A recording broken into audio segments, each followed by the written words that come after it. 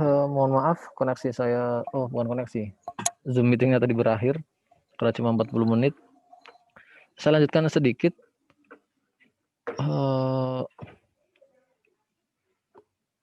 Sebentar.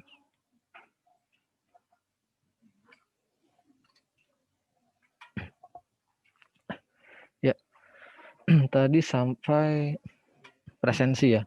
Nah, untuk presensi nanti silakan untuk melakukan presensi di Skalsa. Nanti setiap perkuliahan akan dibuka selama 7 hari waktunya. Jadi misal perkuliahan di hari Rabu katakanlah, berarti ini berlaku dari hari Rabu minggu ini sampai hari Selasa minggu depan. Dibuka selama 7 hari. Nah, nanti silahkan melakukan presensi. Cukup presensi di salah satu hari saja. Jadi tidak perlu presensi di semua hari. Hanya cukup presensi di salah satu hari saja. Kemudian dan pastikan kalian presensi ya, karena nanti takutnya ketika lupa presensi maka nanti akan mempengaruhi jumlah kehadiran. Jadi silakan nanti untuk presensi di setiap pertemuan dalam 7 minggu itu hanya cukup jam 7 hari itu bisa cukup 1 hari saja untuk presensi. Kemudian ini yang penting. Nah, kita ada namanya penugasan, ada UTS, ada UAS. Nah, untuk poin penilaian yang paling besar di sini adalah lembar kerja mahasiswa atau penugasan.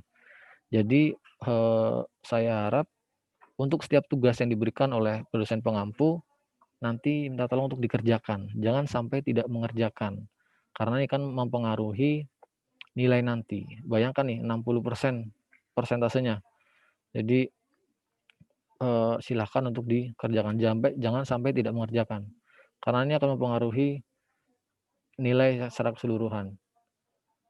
Ini untuk evaluasi. Nah, selanjutnya ini untuk kisaran kriteria penilaian. Kita menggunakan penilaian ada B+, B, C+, D+, sampai dengan E. Nah, ini mungkin nanti bisa dipelajari, akan saya bagi untuk filenya di Skalsa nanti. Kemudian, nah ini adalah beberapa rancangan tugas, mungkin untuk RPP-nya nanti akan saya unggah di Skalsa, berikut juga dengan materi pertemuan 1 dan seterusnya. Nah, untuk objek garapannya kurang lebih ada struktur keputusan, di sini ada tugas 1 atau LKM 1. Di pertemuan kelima kita ada kuis, looping. Di pertemuan 6 ada penugasan juga, sorting. Pertemuan 7 searching, kita ada presentasi nanti. Pertemuan 11 ada penugasan juga, prosedur, fungsi, mencari nilai maksimum dan minimum, kuis, dan kemudian di akhir juga nanti akan ada presentasi dari masing-masing mahasiswa. Ini adalah untuk rancangan tugas selama 1 semester nanti. Kemudian, nah ini adalah peta mata kuliahnya, peta bahasanya dalam mata kuliah tersebut. Nah, kurang lebih ini nih, di bulan pertama ada dasar algoritma. Nah, mungkin nanti karena terbatas waktu akan saya sampaikan sedikit saja untuk pengantarnya. Kemudian ada konstruksi dasar algoritma, keputusan sampai dengan searching dan ujian UTS ya, ujian terakhir semester. Nah, di semester kedua, di paruh pembelajaran kedua, mulai pertemuan 9 sampai pertemuan 15, kurang lebih ada merging, rekursif, prosedur, fungsi, dan lain-lainnya. Ini adalah peta pokok bahasan dalam mata kuliah algoritma dan pemrograman. Selanjutnya,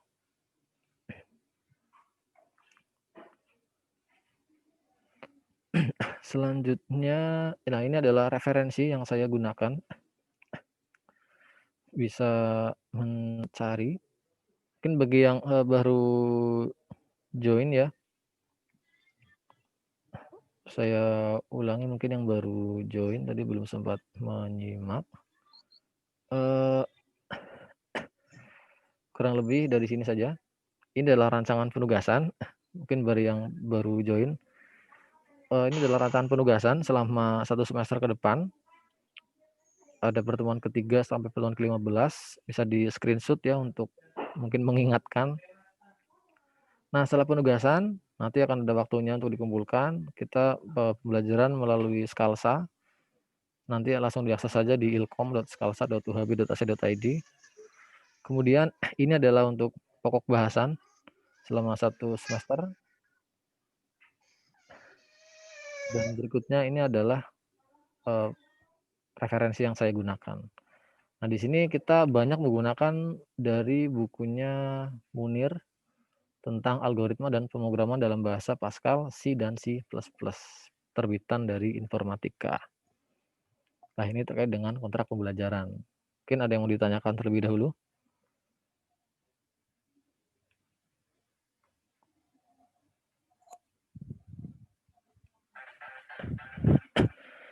Sudah jelas ya?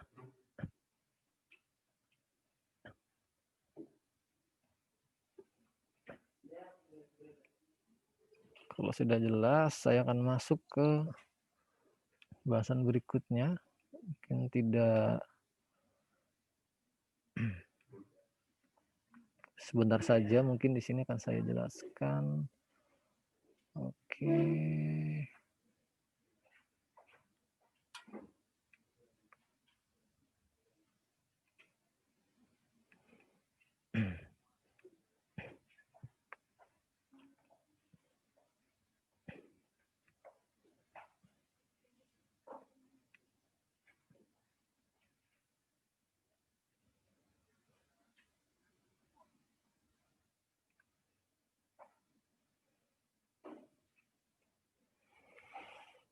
Ya, kurang lebih ini adalah tujuannya, capaian pembelajarannya, mahasiswa mampu menjelaskan ya tentang dasar-dasar algoritma.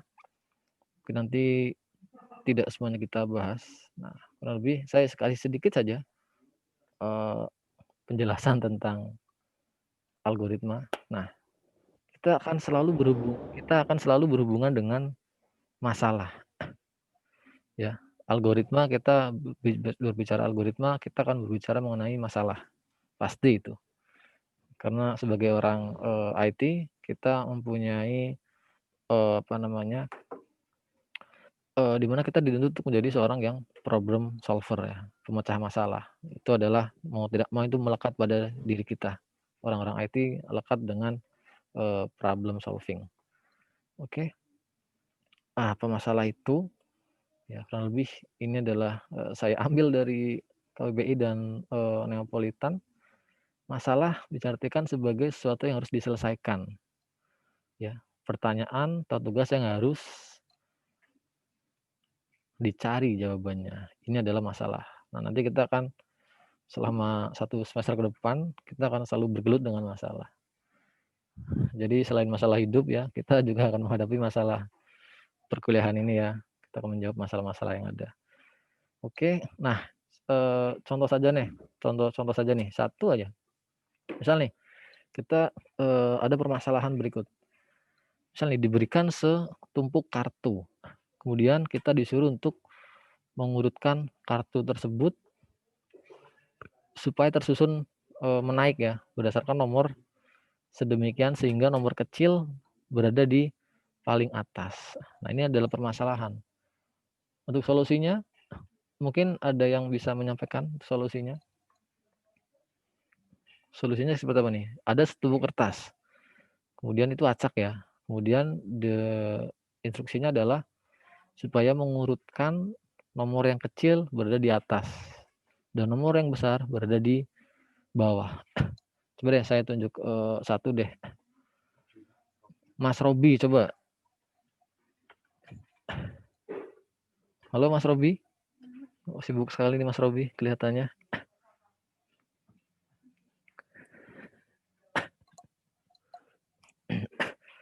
Halo Mas Robi.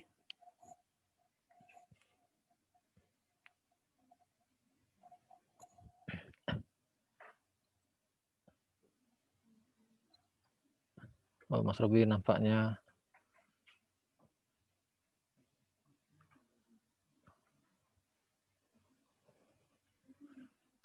ada apa nih dengan Mas Robi ini? Halo Mas Robi.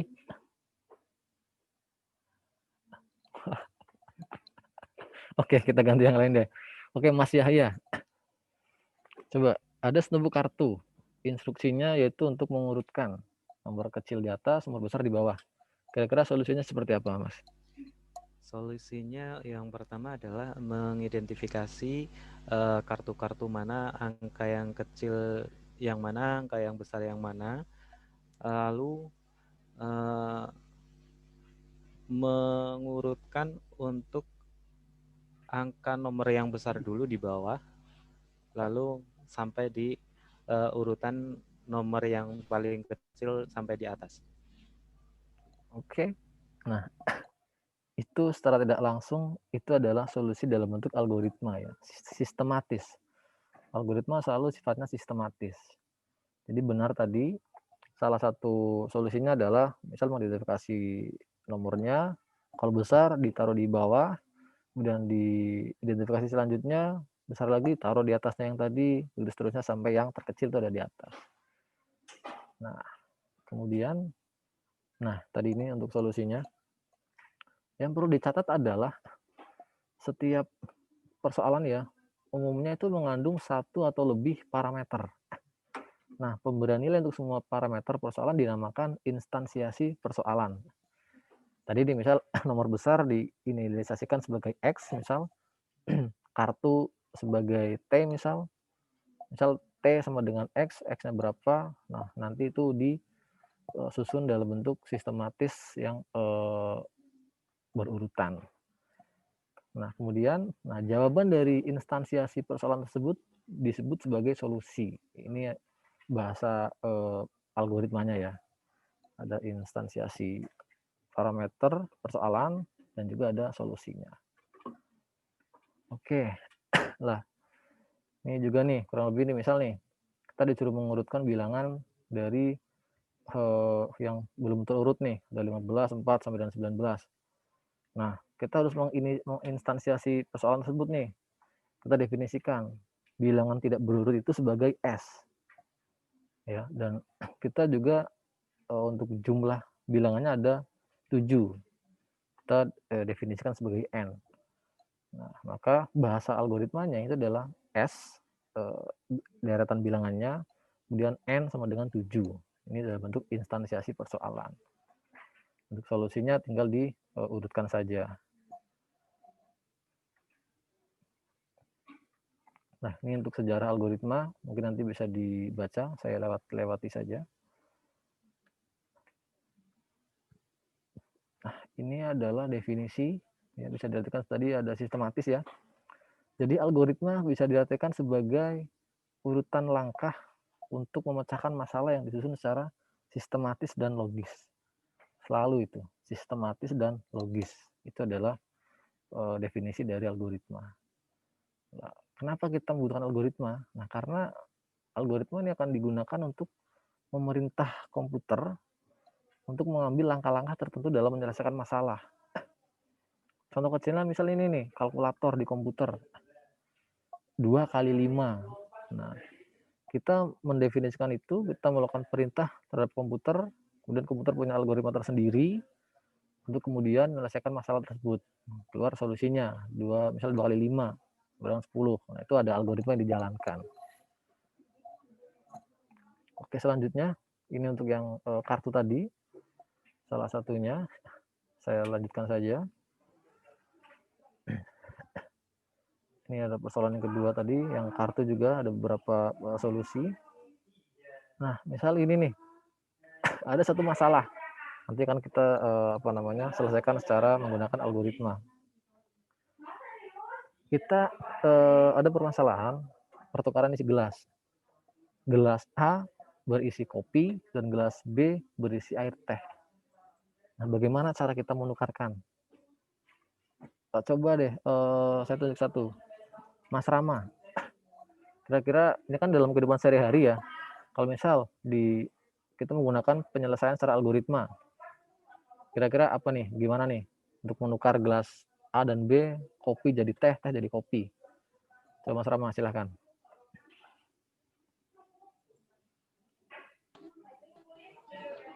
Ya, mungkin kita membutuhkan gelas satu lagi ya Pak untuk menampung kopinya dulu ke gelas bantuan, terus kita masukkan yang teh ke gelas A, terus tinggal yang gelas bantuan itu dimasukkan ke gelas yang B. Gelas B ya. Mungkin seperti itu Pak. Oke, terima kasih Mas Rama. Ya, kurang lebih bisa ya algoritma seperti itu. Nah, kita solusinya nih. Ya, apakah benar solusinya seperti yang disampaikan oleh Mas Rama? Dan ya, oke. Benar sekali Mas Rama, kita butuh ini adalah salah satu solusinya ya. Kita butuh satu gelas baru, ya, gelas tambahan, kemudian dipindah ke gelas tambahan itu, ditukar. Yang A tadi kopi berisi teh, yang B teh jadi kopi. Ini adalah salah satu algoritmanya. Nah, nanti PR-nya adalah setelah kita sudah tahu solusinya, maka nanti kita akan ini masih ke depan jauh ya, implementasikan dalam bentuk code, program. Nah, nanti seperti itu. Bagaimana caranya? Nanti dari solusi ini, dari permasalahan tukar gelas saja, nanti kita menukar gelas, kita sudah tahu algoritmanya, harus ngapain, nah baru nanti diimplementasikan menggunakan program, kode program. Seperti apa? Misal ada A, B, C, ada gelas, kita definisikan. Misal gelas A, kita deklarasikan gelas A, gelas B, gelas C, baru nanti kita membuat coding supaya algoritma ini bisa berjalan, bisa running. Kemudian nih, berikutnya lagi nih. Ada 2 buah ember nih. Bagaimana caranya mendapatkan air 4 liter dengan tempat tanpa menggunakan alat lain maupun hanya mengira-ira. Misalnya kita diperintahkan untuk memindahkan ya, mendapatkan air sebanyak 4 liter. Pas ya, 4 liter pas. Sedangkan kita hanya punya alat 2 buah ember. Masing-masing berkapasitas 5 liter dan satunya lagi adalah 3 liter. Nah, kita hanya butuh 4 liter air. Pas, tidak kurang, tidak lebih. Dan kita hanya punya 2 alat ember. Nah, satu ukuran 5 liter dan satu ukurannya 3 liter. Nah, kira-kira seperti apa nih? Supaya pas ya. Ember 1 5 liter, ember kedua 3 liter. Kemudian kita hanya butuh 4 liter. Tapi kita tidak diperbolehkan menggunakan alat bantu lain. Kita hanya menggunakan 2 alat bantu yaitu ember 1 5 liter dan ember 1 3 liter. Kira-kira gimana persoalannya? Memecahkan persoalan ini. Oke, saya tunjuk. Robi nggak jalan ya. Mas Robi, ayo Mas Robi. Gimana Mas Robi?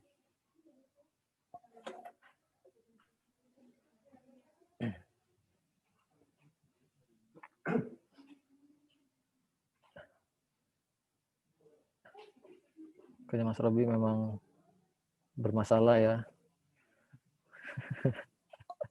Oke, saya langsung ke yang lain aja deh. Misal Mbak Kiki, coba.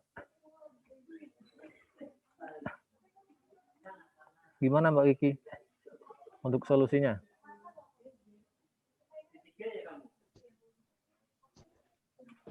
Mungkin kita pertama harus yang 3 liter dulu. Kita masukin ke 5 liter. Habis itu nanti kita ambil 1 liter lagi pakai ember yang 3 liter. Cuma yang 3 liternya harus untuk cuma 1 liter sih, tambahan cuma 1 liter. Nah, ini kan kita ambilnya 3 liter. Nah, untuk bisa mengetahui bahwa yang diambil kedua itu adalah 1 liter gimana, Mbak? Dan di sini ada kata kuncinya tidak bisa mengira-ira. Dibagi 3.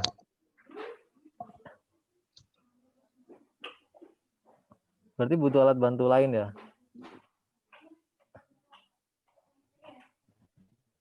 Yes.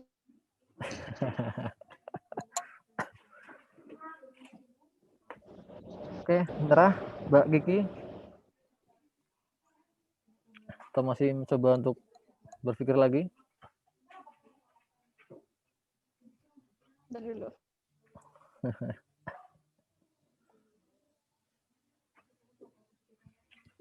Oke, ke Mas Rizky coba. Mas Rizky. Kira-kira gimana Mas solusinya?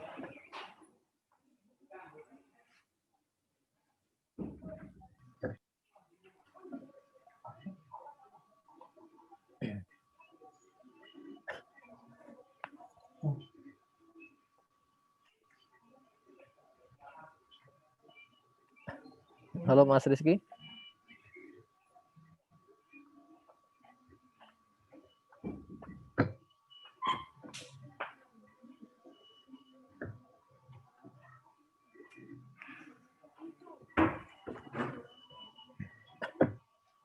Sudah mulai bingung? Ini masih pertemuan pertama ya.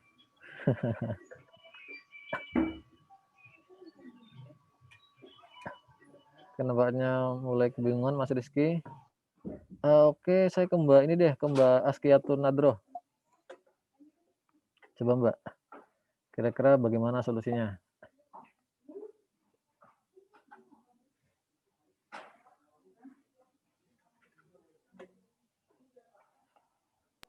Kayak yang dibilang Kiki tadi, Pak. Cuma nanti yang 1 liternya kita bisa ukur dengan jari, misalnya. Berarti kira-kira ya?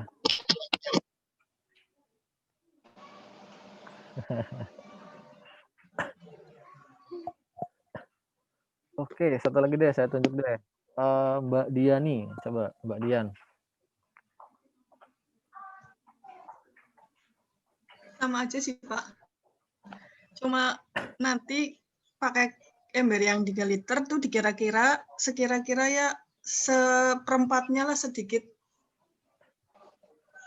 Gitu ya. Iya. Kira, berarti masih mengira-ngira ya? Oke, langsung saja deh nih solusinya.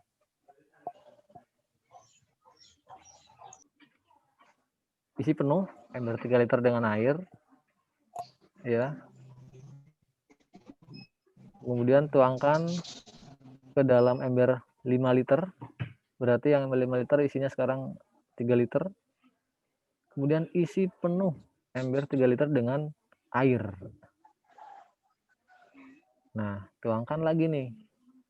Dari 3 liter ke ember 5 liter hingga penuh. Jadi dalam ember 3 liter sekarang terisa air 1 liter. Nah, kemudian buang semuanya yang ada di ember 5 liter. Baru nanti pindahkan. Jadi sekarang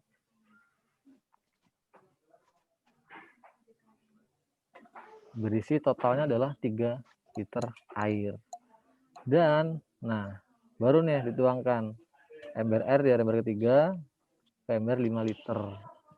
Jadi sekarang totalnya adalah 4 liter. Ini adalah penyelesaian sederhana yang membutuhkan logika berpikir. Nah, nanti kita nggak jauh nih dari ini nih. Kita nggak jauh-jauh dari persoalan logika berpikir tentang pemecahan suatu solusi. Bagaimana kita membuat sistem nanti ketika katakanlah pembuatan NIM saja. Pembuatan NIM nanti didasarkan pada kombinasi antara tanggal lahir dan bulan lahir di jumlah. Nah, nanti bentuk solusi algoritmanya seperti apa. Kemudian, nah ini adalah karakteristik algoritma, harus efektif. Nanti mungkin kalian bisa baca, akan saya share materinya di Scalsa. Ini adalah syarat algoritma yang baik ya. Tentunya hasilnya harus akurat, berakurasi tinggi, efisien, dan juga sifatnya general ya, tidak menyelesaikan satu kasus saja. Ini adalah yang lainnya. Karakteristiknya, syarat algoritma yang baik, bisa dibaca nanti.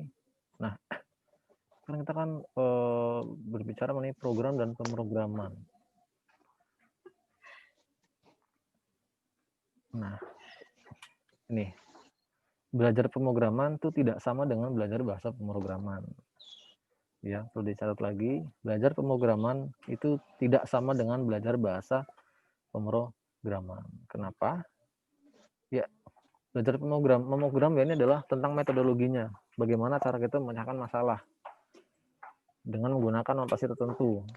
Nah, sedangkan kalau belajar bahasa program, ya berarti kita belajar tentang bahasa itu, tentang instruksi-instruksi dari sebuah bahasa pemrograman. Misal pemrograman C, ya udah kita hanya belajar tentang bagaimana melakukan instruksinya dengan menggunakan bahasa C misal. Ini beda keduanya ya. Yang satu tentang metodologinya, yang satu tentang penggunaan bahasanya, bahasa pemrogramannya. Sampai di sini mungkin ada yang mau ditanyakan?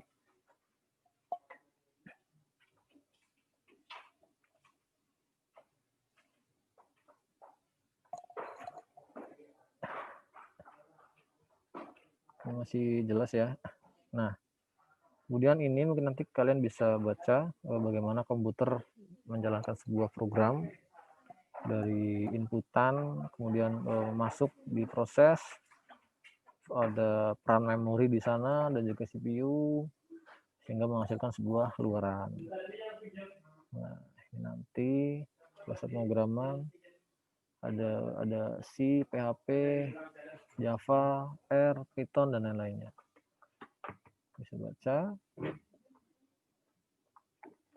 Ini adalah tahapan pelaksanaan program. Ada algoritma, kemudian ditranslasi, dikompil, kemudian diinterpretasi oleh CPU sehingga menghasilkan sebuah luaran. Nah, mungkin ini dulu yang bisa saya sampaikan. Mungkin untuk materi lengkapnya nanti akan saya unggah di Scalsa. Jadi nanti silakan untuk melakukan presensi di Scalsa. Mungkin hari ini tadi saya belum sempat menambahkan di Scalsa. Mungkin nanti sore untuk presensi akan saya buka. Dan mungkin karena keterbatasan waktu ya, jadi ini adalah baru gambaran ya dari apa yang akan kita pelajari ke depan nanti. Mungkin sebelum saya tutup, ada yang mau ditanyakan?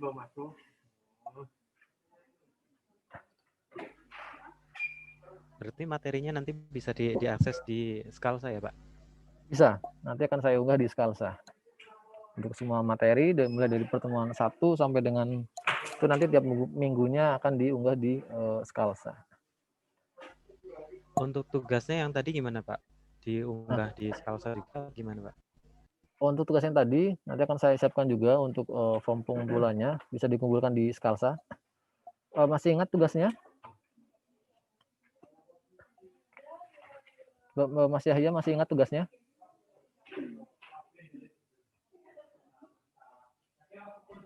Masih, Pak, untuk mengumpulkan 10 list pekerjaan beserta referensinya, beserta persyaratannya dan gajinya, Pak. Dan pilih salah satu yang paling dominan. Oke, yang paling dicita-citakan ya. Oke, yang difavoritkan. Oke, yang lain mungkin? Ada yang mau ditanyakan mungkin terkait dengan penugasan, terkait dengan nilai.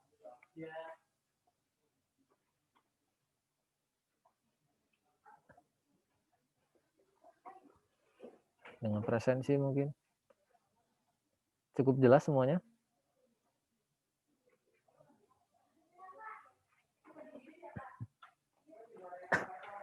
Kalau cukup jelas, saya rasa saya cukupkan sampai di sini untuk pertemuan kali ini. Dan semoga pandemi ini segera berakhir ya, sehingga kita bisa bertemu secara tatap muka langsung, supaya transfer ilmunya lebih efektif. Karena untuk secara daring seperti ini ada beberapa keterbatasan dari penyampaian penjelasan, kemudian mungkin bentuk diskusi yang tidak optimal. Semoga segera berakhir untuk pandemi ini. Dan saya cukupkan sampai di sini. Semoga semuanya diberi kesehatan. Terima kasih atas waktunya. Saya tutup ya. Assalamualaikum warahmatullahi wabarakatuh.